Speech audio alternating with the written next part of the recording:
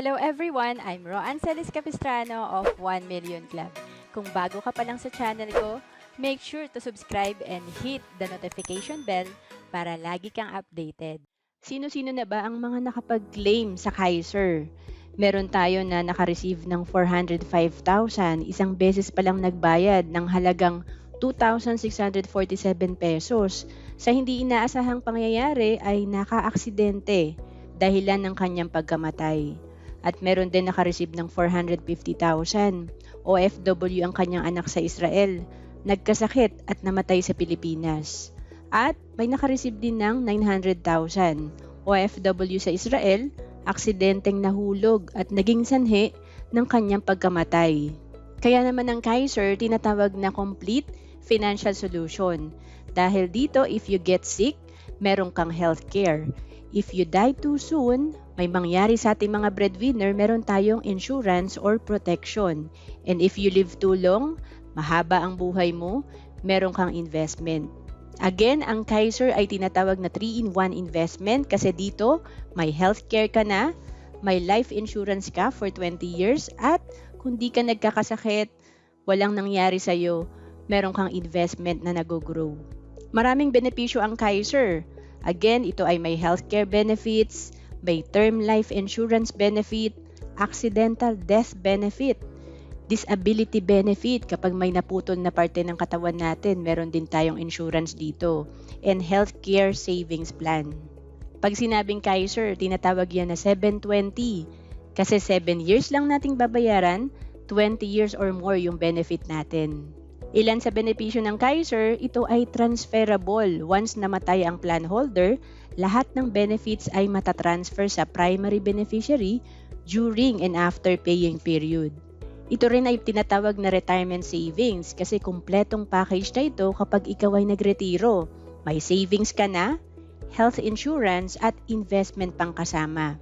Online access, hassle-free na dahil lahat ay maa-access mo sa sarili mong portal or account, maging sa pagbabayad. Dun sa ating online access or online account, meron pa dyan, scan copy ng ating mga official receipt. Kaya kahit OFW, pwede mong ma-check ang iyong account. Pag sinabing Kaiser, tatandaan lang natin yung 4 na period na meron dito. Habang tayo ay nagbabayad, ano ba yung mga benepisyo natin during accumulation period at extended period, ito yung pagkatapos nating magbayad, ano ba yung mga benepisyo natin? Kapag nag-mature, ano ba yung i-expect natin? And pwede ka pang mag-extend sa long-term care period kapag hindi mo pa kinuha yung pondo mo after 20 years. Una is pag-usapan natin yung mga benepisyo habang nagbabayad. Ito yung first 7 years. First is free dental benefits once a year. Meron ka niyan. Minimum 50,000 pesos a year magagamit sa ospital, depende sa plan na kinuha. So, ito yung pag na-confine ka, meron kang limit na at least 50,000. Kung maliit na plan yung kinuha mo, syempre, pwedeng mas mataas dyan. Free annual physical exam sa Kaiser Medical Center or accredited clinic at ospital sa inyong lugar.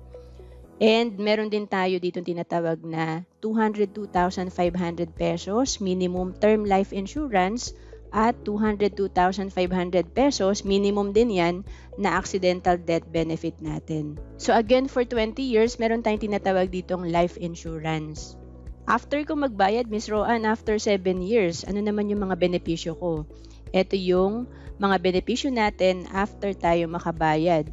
Pre-existing illness ay covered na kahit malala pa. Ito yung mga hypertension, kung diabetic ka, term life and accidental benefits ay tuloy-tuloy hanggang maturity kasi nga ito ay effective 20 years. May 10% yearly healthcare hospital benefits limit ka, depende sa plan na kinuha mo, plus 10% compounding interest based sa fund. Any related to maternity ay covered. May additional 3% yearly healthcare benefit din, subject for provisions, depende sa takbo ng market. So again, kung nagkakasakit ka, meron kang coverage sa healthcare. Kung hindi naman, may investment ka na nag-grow. After 20 years, ano ba yung mga options natin? Ito nga yung options mo pag nag-mature na. May 3 settlement options tayo.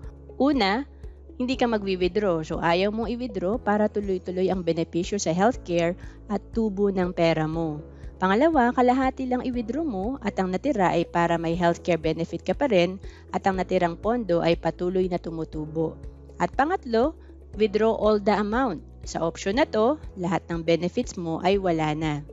On maturity, may tinatawag na long-term care bonus. Ito yung 85% ng binayad mo ay babalik sa'yo pagdating ng maturity once hindi mo nagamit during paying period. Ito yung wala kang nagamit na healthcare during the first 7 years or habang nagbabayad ka. So, may return of premium. Halimbawa, ang plan mo is K100 na nasa 411,750 ang ating contract price or total na binayaran. So, sa maturity, 350,000 or up to 85% ibabalik sa'yo. Ito yung tinatawag na, again, long-term care bonus. Sa Kaiser, ang pinakamababang plan is K45,000. Ang maturity niya nasa 524,000 plus.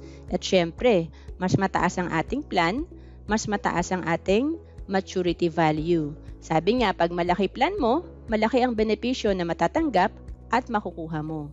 Para magka-idea tayo sa specific plan na meron sa Kaiser, minimum plan is K45,000 or K45.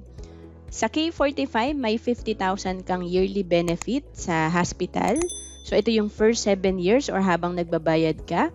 And meron kang term life insurance benefit na 202,500. So, again, it's effective for 20 years. And meron kang accidental death benefit na 202,500. And may 10% yearly health benefit ka after paying period na 10% ng plan mo. So, kung K45,000, 4,500 yung 10%. And ang bonus niyan or 85% na ibabalik sa atin pag hindi natin nagamit habang nagbabayad tayo, ito yung 157,500. Kung K100,000 naman, 60,000 ang ating limit sa hospital for 7 years, 450,000 ang ating term life insurance, and meron tayong bonus na 350,000 pag hindi nagamit yung benefit natin during the first 7 years. So again, the higher the plan, mas mataas ang ating benepisyo. Para may idea tayo, sa K45,000 or K45, 2,647 lang ang ating monthly dito na premium or 88 pesos per day.